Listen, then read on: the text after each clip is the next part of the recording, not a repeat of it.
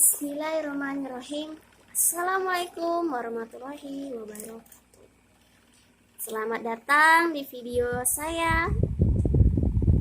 Saya Suharni, guru mata pelajaran ekonomi.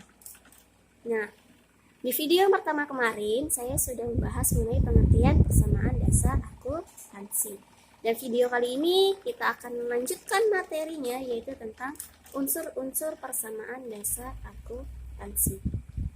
Oke, kita mulai. Dalam unsur-unsur persamaan dasar akuntansi itu ada yang namanya, yang pertama itu adalah aktiva, ya. Aktiva. Di video yang sebelumnya sudah saya jelaskan apa itu aktiva.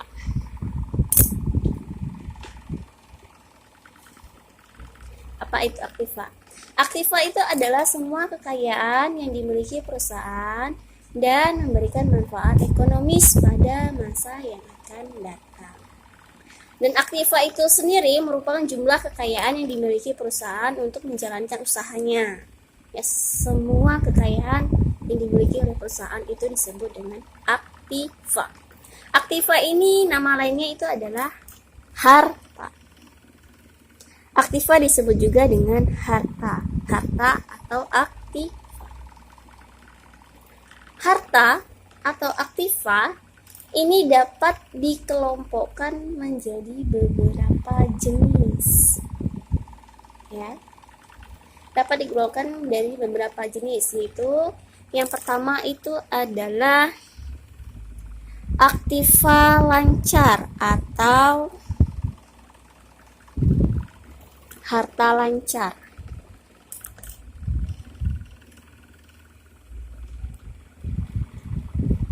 Nah, harta lancar atau aktiva lancar, yaitu artinya apa sih aktiva lancar atau harta lancar? Nah, aktiva lancar itu adalah aktiva atau harta yang berupa uang kas yang berada di bank maupun yang kita miliki secara tunai. Uang yang kita pegang nih, sekarang kita punya uang berapa? Jumlahnya misalnya total Rp500.000 tunai.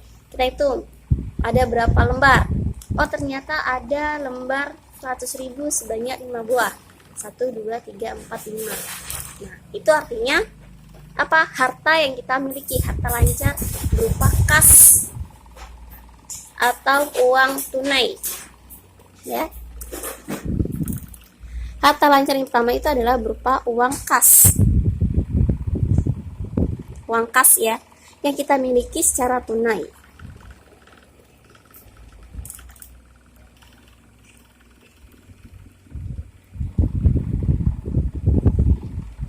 Nah, secara tunai ini yang kita punya sekarang, yang kita pegang ada di kita, atau yang ada di dalam bank.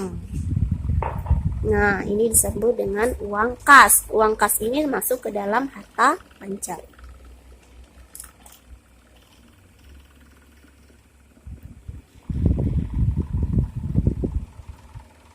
Misalnya kalian punya tabungan di bank sebesar 50 juta rupiah. Itu artinya kalian punya uang kas sebesar 50 juta rupiah. Dan harta lancar ini adalah harta yang sangat mudah dijadikan uang atau umur pemakaiannya kurang dari 1 tahun. Atau penggunaannya itu berkurang dari 1 tahun. Artinya apa? Artinya uang ini sering digunakan. Nah, ya. Uang ini sering digunakan untuk transaksi jual beli, pembayaran, dan yang lain-lainnya. Kalian ingin beli barang, beli peralatan, beli perlengkapan menggunakan uang tunai. Nah, itu disebut dengan uang kas. Ya. Nah, selain uang kas, itu juga terdiri dari surat berharga yang masuk dalam kategori harta lancar ya. Selain uang kas, itu surat berharga. Nah, surat berharga ini contohnya bisa jadi obligasi, surat obligasi, surat saham, dan surat lain-lainnya. Surat yang bisa dijadikan uang, yang surat yang digunakan untuk transaksi pembayaran perusahaan, ya. Banyak jenisnya. Cek juga bisa. Cek itu juga termasuk harta lancar. Cek itu juga termasuk dari surat berharga, ya. Obligasi, surat saham,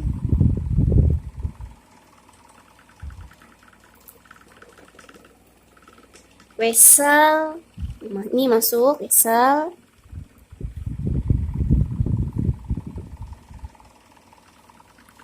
dan cek, dan lain-lain. Pokoknya jenis-jenis surat berharga, ya. Selain uang kas, surat berharga, piutang usaha juga masuk ke dalam kategori harta lancar. Piutang usaha. Nah, piutang usaha ini kebalikan dari utang usaha. Kalau piutang itu adalah orang lain yang memiliki hutang dengan pihak kita. Misalnya, kita adalah pihak yang atas nama pihak A, dan ada orang lain juga yang dinamakan dengan pihak B. Piutang itu adalah bahwa pihak B itu memiliki hutang dengan kita. Jadi hutang itu karena transaksi jual beli, pinjaman uang, atau yang lain-lainnya. Itu disebut dengan piutang. Kalau hutang usaha itu kebalikan dari piutang. Kita, pihak kita yang memiliki hutang kepada orang lain. Nah, itu disebut dengan hutang, ya. Dan piutang usaha ini masuk ke dalam harta lancar. Mengapa? Karena piutang usaha itu ada piutang usaha jangka pendek dan jangka panjang.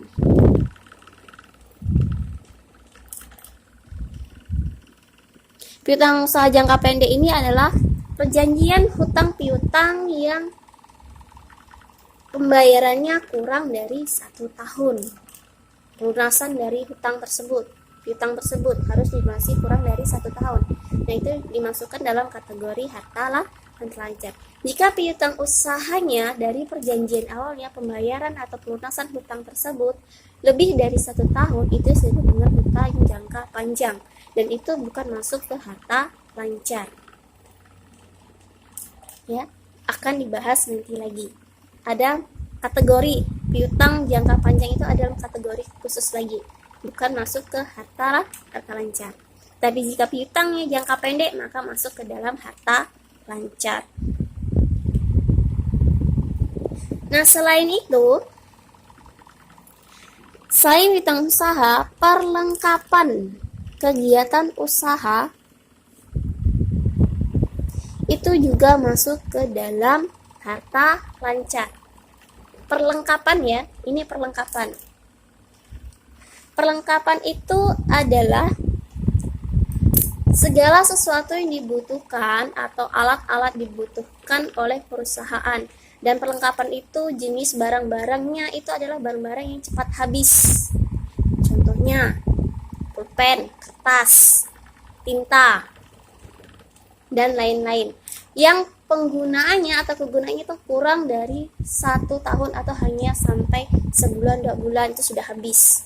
Barang yang cepat habis. Tapi kok barang yang bertahan lama seperti misalnya meja, kursi, lemari, itu bukan perlengkapan, tapi itu namanya peralatan. Peralatan itu adalah barang-barang yang jangka waktu penggunaannya itu lebih dari 1 tahun. Dan masa habisnya itu barangnya rusak, dan setiap tahunnya itu ada namanya nilai penyusutan barang. Nah, itu disebut dengan peralatan. Kalau perlengkapan itu barang-barang yang digunakan yang cepat habis, atau dalam 1 kali pakai itu langsung habis. Nah, pulpen. Seperti pulpen ini. Pulpen ini jika kita pakai, dia langsung habis. Kalau sudah habis maka tidak bisa digunakan kembali, kecuali jika kita isi ulang tintanya, baru bisa digunakan kembali.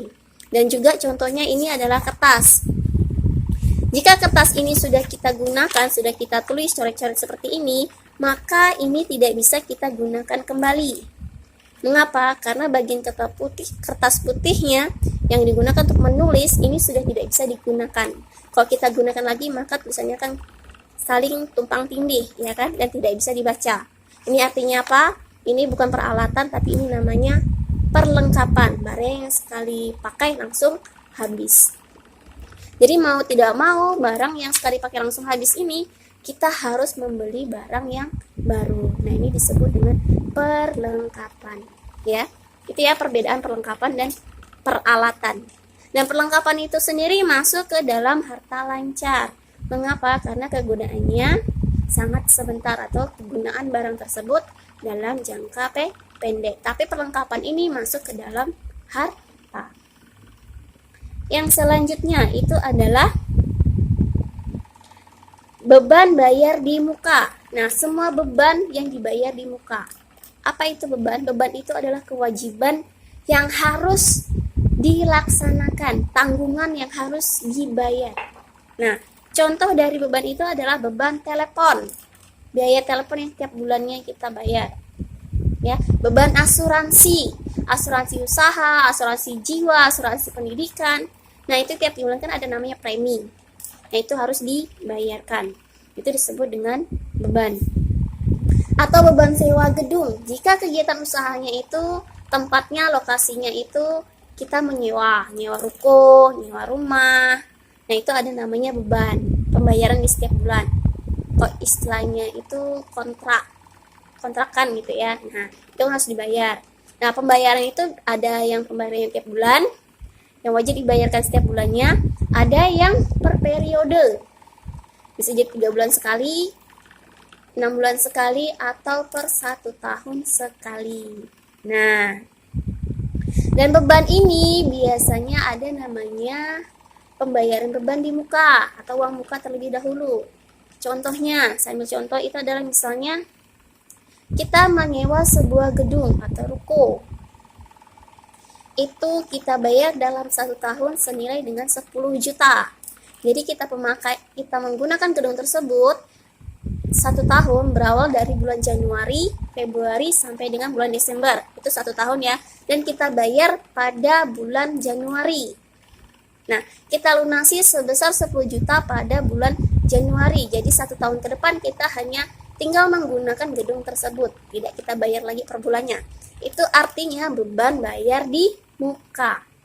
Berbeda dengan pembayaran beban yang kita bayarkan setiap bulannya. Seperti misalnya kita bayar tiap bulan. 1 bulan kita keluarkan khusus untuk membayar sewa gedung yang kita pakai untuk usaha itu sebesar 500.000. Jadi tiap bulan kita bayarkan. Itu berbeda, itu bukan beban bayar di muka. Ya, berbeda istilahnya.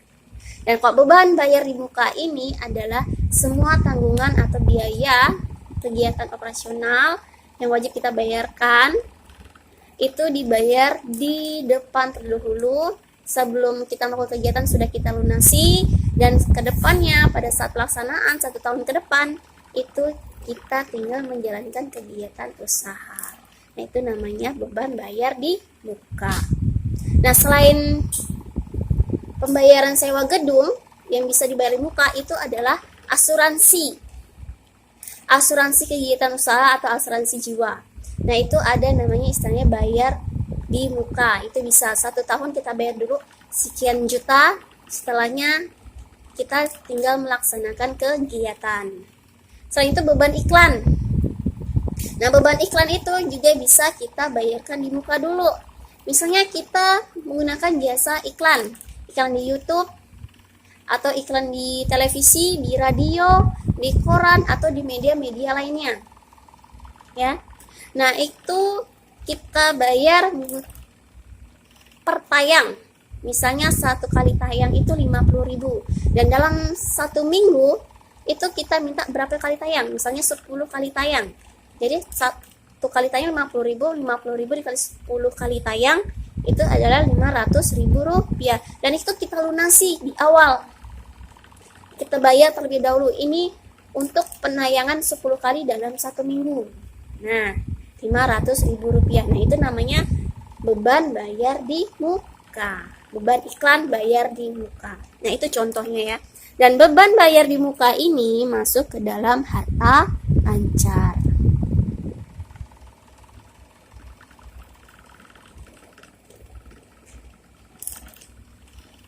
Nah, itu ya.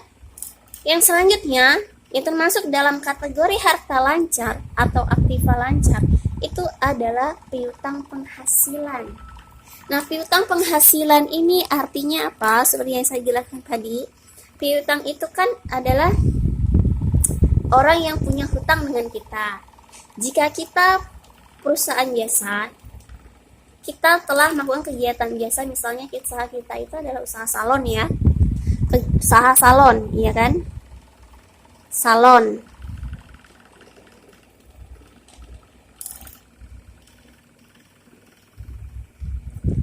Salon. Kita salon pengantin. Kita merias seseorang yang akan menjadi pengantin, kita rias. Dengan total biaya pernikahan rias pengantin itu sebesar 5 juta misalnya. Dan orang yang menggunakan jasa kita tersebut baru bayar setengah. Anggap saja nilainya 3 juta. Dia baru membayar kita 3 juta rupiah. Berarti masih kurang 2 juta rupiah. Nah, karena itu merupakan atau pendapatan jasa kita, kegiatan yang kita lakukan dalam usaha kita, usaha jasa kita, itu penghasilan, ya kan? Kita merias seseorang yang ingin menjadi pengantin, kita rias dan kita juga menyediakan perlengkapan untuk pernikahan semuanya. Dan itu merupakan penghasilan bagi perusahaan kita. Mengapa? Karena kita perusahaan salon pengantin. Nah, tapi orang tersebut yang menggunakan jasa kita itu baru bayar setengah, yaitu sebesar 3 juta rupiah. Artinya kurang 2 juta. 2 jutanya dia bayar nanti setelah pernikahan atau sesuai dengan perjanjian. Kapan nanti dia mau bayar? Kapan nanti dia akan membayar sisa dari jasa yang sudah, dari harga yang sudah kita tetapkan tadi, ya kan? Itu sebesar 5 juta, baru dibayar 3 juta, jadi kurang 2 juta. Nah, kekurangan dari 2 juta ini namanya piutang penghasilan. Artinya, penghasilan yang kita peroleh atau pendapatan jasa yang kita peroleh, tapi belum kita terima uangnya. Masih pada orang lain. Jadi orang lain itu masih punya hutang jasa kepada kita. Nah, itu disebut dengan piutang penghasilan. Ya, sampai di sini jelas? Jelas ya? Sampai di sini ya. Oke, akan saya lanjutkan lagi yang kedua, yaitu adalah harta investasi jangka panjang.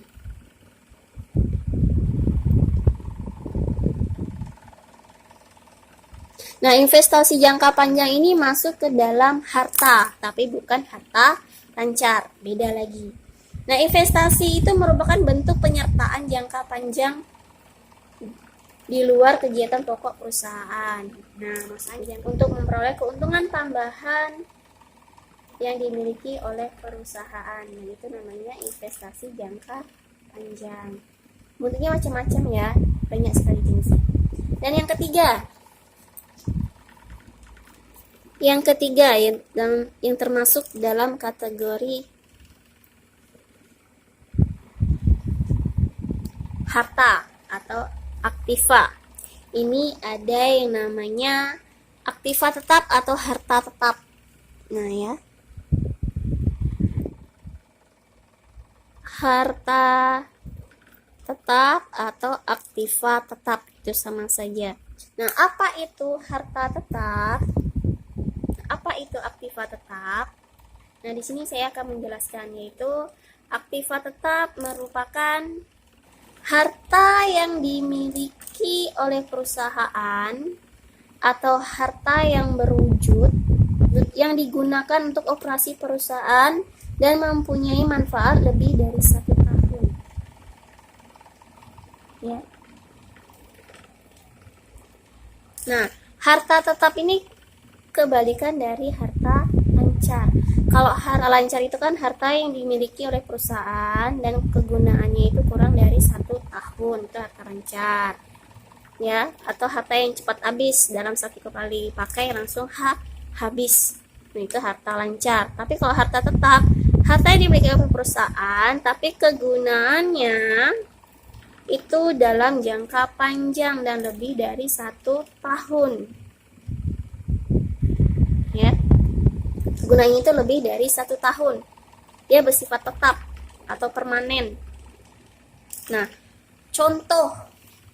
contohnya itu adalah gedung. Jika sebuah perusahaan memiliki gedung, nah itu masuk gedung yang digunakan oleh perusahaan tersebut untuk kegiatan usahanya, itu termasuk dalam kategori harta.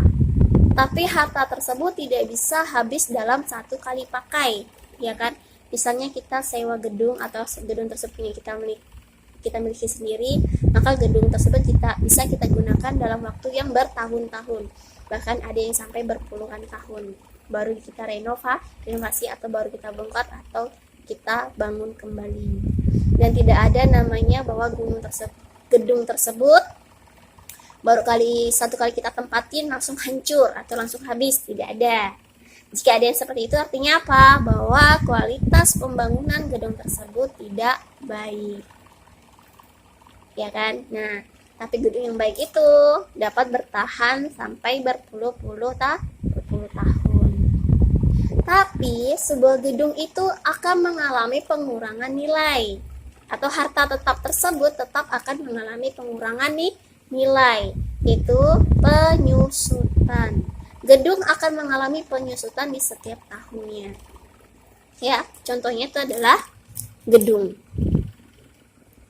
Gedung ya, karena gedung ini sifatnya tetap dan tidak dapat hancur, tidak mudah hancur. Yang selanjutnya selain gedung itu adalah tanah. Tanah juga merupakan harta yang dimiliki oleh perusahaan. Nah, tanah itu adalah tempat atau lokasi yang akan digunakan untuk kegiatan usaha. Nah, itu ditandai dengan kepemilikan tanah. Dan tanah itu sendiri merupakan harta tetap karena tidak akan habis. Bahkan meskipun kalian buat lubang sebesar apapun di situ, maka tidak akan tetap habis. Karena nilai tanah tersebut adalah letak pada posisi tanah itu berada. Di lokasi mana? Di daerah berkembang, di daerah pusat kota, atau di daerah pedesaan. Nah, itu ya. Tapi dimanapun tempat atau lokasi tanah tersebut tidak akan habis. Bahkan nilai dari tanah tersebut tidak pernah menyusut, tapi dari tahun ke tahun akan mengalami peningkatan harga jual tanah.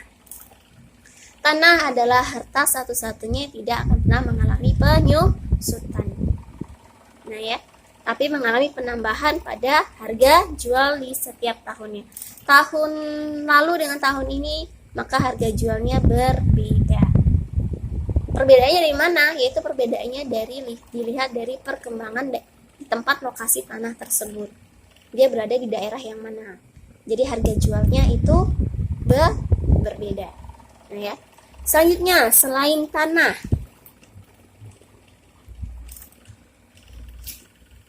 itu adalah mesin. Mesin-mesin. Nah, mesin-mesin yang digunakan oleh perusahaan. Ini tergantung perusahaannya. Perusahaannya bergerak di bidang apa? Jasa salon. Jadi mesin-mesin yang digunakan oleh salon itu apa saja?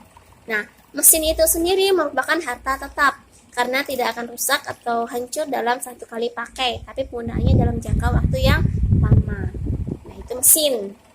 Kalau perusahaan produksi, nah itu banyak sekali ya, tergantung perusahaan apa.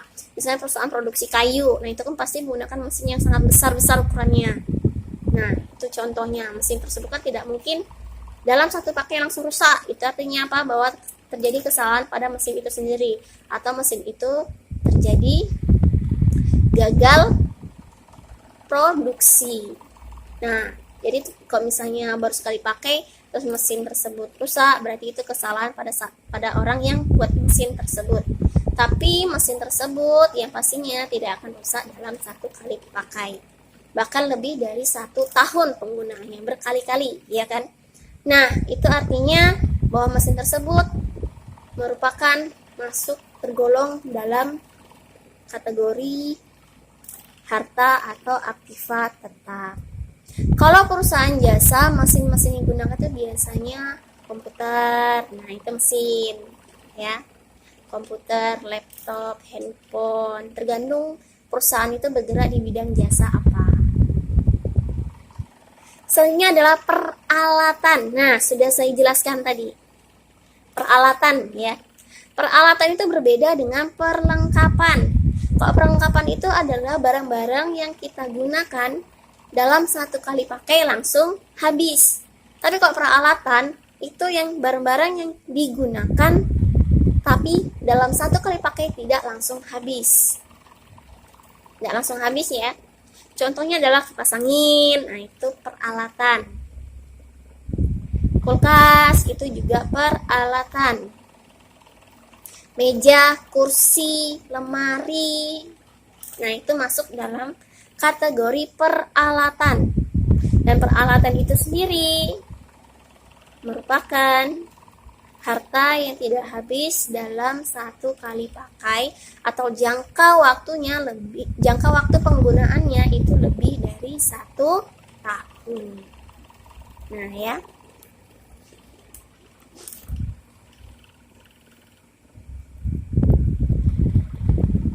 Nah, ini adalah jenis-jenis dari harta tetap.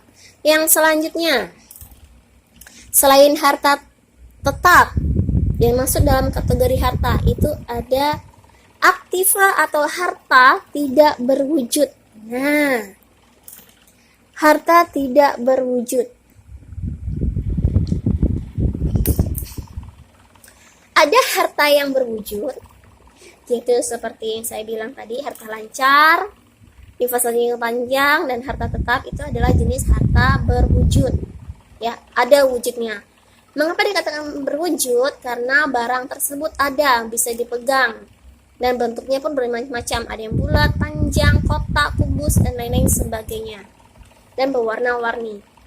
Tapi harta yang tidak berwujud itu bentuknya abstrak, tidak terlihat, bahkan tidak dapat dirasakan. Tidak dirasakan ya, tidak ada rasa asin, manis, pahit, atau rasa permen, rasa stroberi, tidak ada. Maksud dengan merasakan ini adalah bahwa kita dapat merasakannya, tapi itu adalah berupa manfaatnya, manfaat dari harta tersebut. Nah ya, dan harta tidak berwujud ini juga sangat penting bagi kegiatan usaha. Contoh dari harta tidak berwujud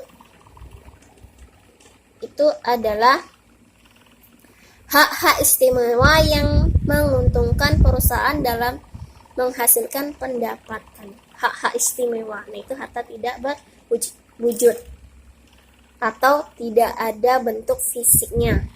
Contohnya harta tidak berwujud itu adalah hak paten. Hak paten dari kegiatan usaha itu milik kita. Misalnya kita ada kegiatan usaha apa, buat pentol kacang barokah. Nah, yang membuat pentol kacang barokah itu adalah kita. Jadi hak itu adalah hak paten untuk kita. Contoh 1. Contoh 2 adalah, misalnya ini saya ambil contoh ya, ini misalnya saja, saya tidak mempromosikan produk ini ya. Contohnya adalah novel Harry Potter misalnya. Novel Asma Nadia. Nah, Asma Nadia itu kan adalah seorang penulis ya. Banyak sekali judul yang dibuat oleh penulis Asma Nadia. Nah, setiap judul-judul novel yang ditulis oleh Asma Nadia itu hak patennya adalah milik Asma Nadia. Kepemilikan novel tersebut milik Asma Nadia. Jadi seseorang jika mengakui bahwa hasil karya novel tersebut milik orang lain selain Asma Nadia, maka itu tidak boleh atau sudah melanggar undang-undang hak paten. Nah, itu ya. Karena hak paten tersebut adalah hak kepemilikan produk oleh seseorang. Itu namanya hak paten. Nah ya, yang kedua selain hak paten itu adalah hak cipta. Hak paten itu kepemilikan, hak cipta itu sama ya. Saya ambil contoh kemarin ada kasus yang cukup viral yang terjadi oleh seorang artis, yaitu atas hak paten nama perusahaan itu Ruben Onsu ayam geprek onsu, ya kan, Ruben onsu. Dan ayam geprek onsu. Nah, itu ada dua pemilik yang berbeda tapi dengan nama yang hampir sama tapi penyebutannya sama.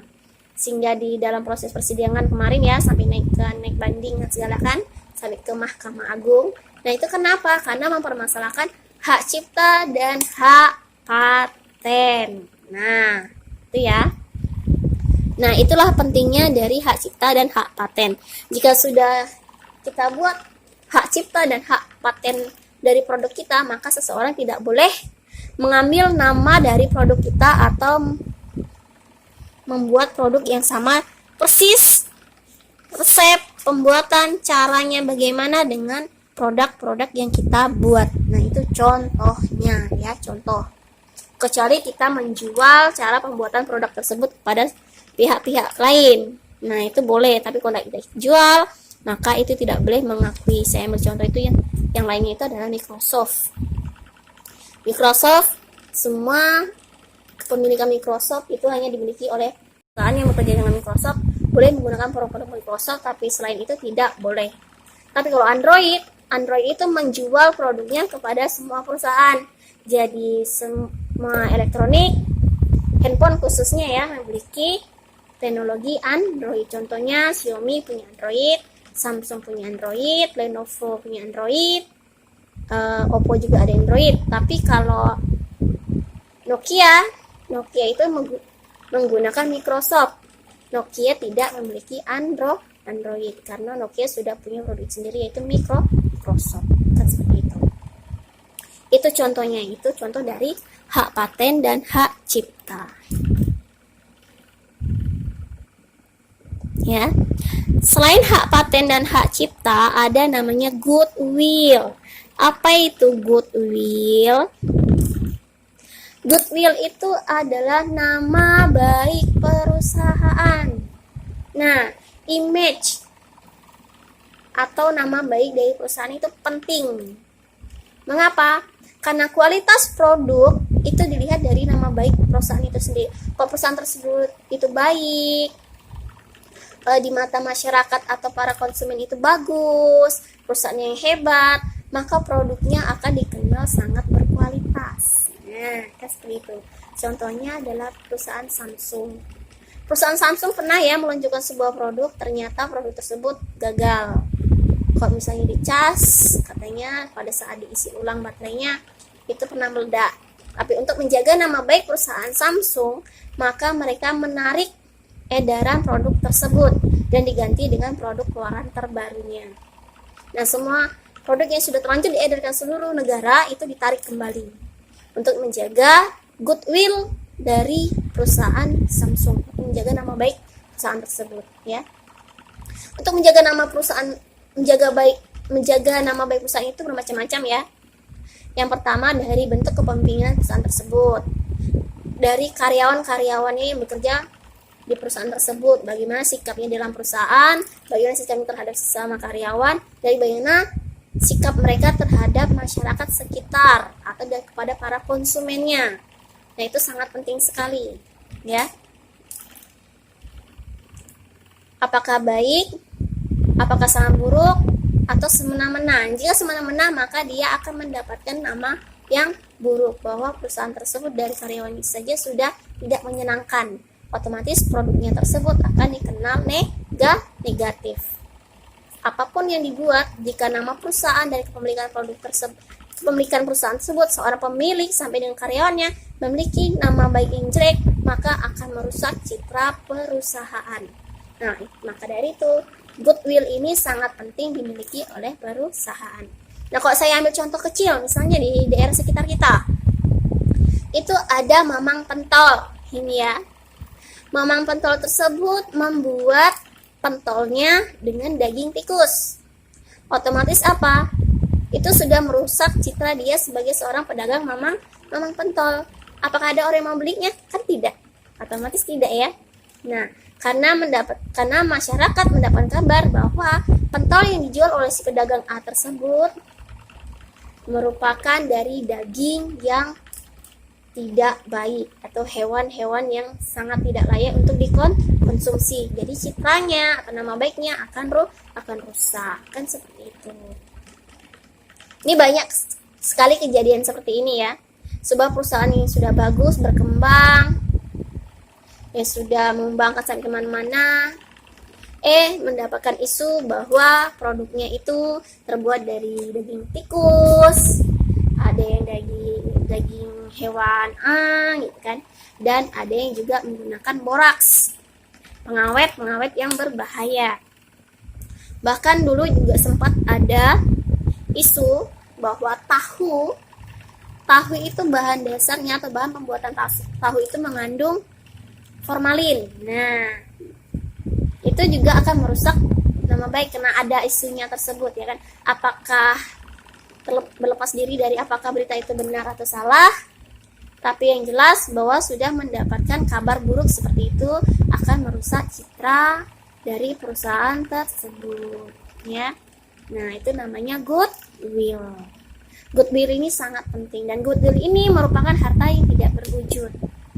Tapi goodwill ini sangat mempengaruhi kegiatan usaha dari pandangan citra ya, dari pandangan atau penilaian masyarakat terhadap perusahaan kita. Itu namanya goodwill. Nah, sampai di sini penjelasan saya mengenai unsur-unsur kesamaan dasar substansi dari itu ya, aktiva. Nah, untuk penjelasan yang lainnya yaitu seperti pasifa atau kewajiban atau hutang, modal dan pendapat dan lain-lain akan saya sampaikan pada video yang berikutnya. Saya akhiri, wabillahi taufiq walhidayah. Wassalamualaikum warahmatullahi wabarakatuh. Dan jangan lupa like, komen, dan subscribe channel saya.